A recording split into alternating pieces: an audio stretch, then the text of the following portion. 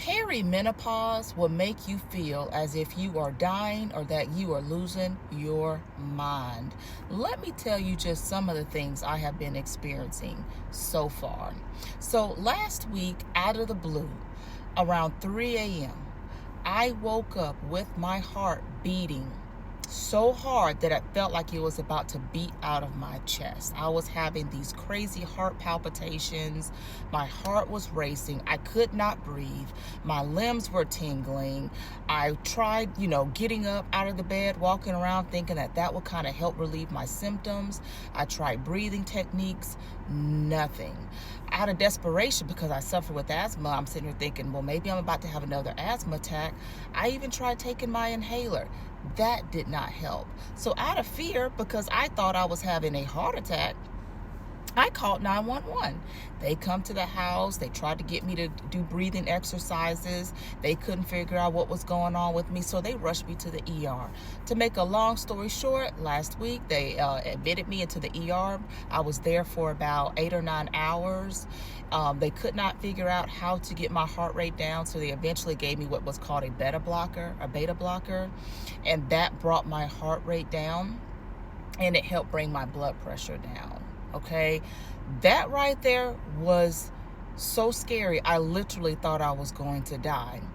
Fast forward 2 days after that, I started getting these weird, itchy, crawling sensations, like something was on me or bite me, and I would look down, I would scratch it, I would, try to figure out, okay, is something crawling me, knocking stuff off my skin? Nothing was there. I'm getting these weird, itchy, crawly sensations on my skin. Nobody prepared me for this. Nobody. And then when you go to the doctors and you try to tell them what's going on with you, the first thing they want to do is pump you full of pills. No, sir. No, ma'am. I had to figure out on my own that these symptoms that I am experiencing are symptoms of perimenopause. See, a lot of times when you go to these doctors, especially as a black person, not to bring race into it, but it's a fact, there's a lot of racial health disparities when it comes to black people. In general, the first thing they want to do is, one, either dismiss your symptoms, or two, try to pump you full of pills. No, if I can figure out a way, which I am slowly but surely, how to manage these symptoms without medication, I'm going to do that. But my goodness, nobody warned me about the symptoms of perimenopause. Like even now, as of lately, I noticed 2 days ago, I can't even have caffeine. Because the minute I drink a soda or a small cup of coffee, guess what? I'm getting crazy heart palpitations. My heart starts beating real fast, like it's about to beat out of my chest again.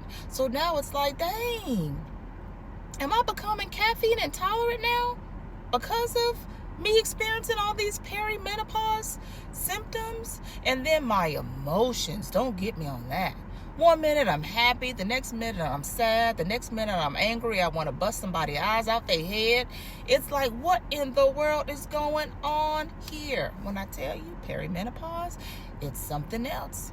Nobody warned me, but I'm learning slowly but surely that all these things that I'm experiencing, one, I'm learning to not freak out, because those last week was scary for me. That's when I started experiencing these symptoms. I thought I was dying.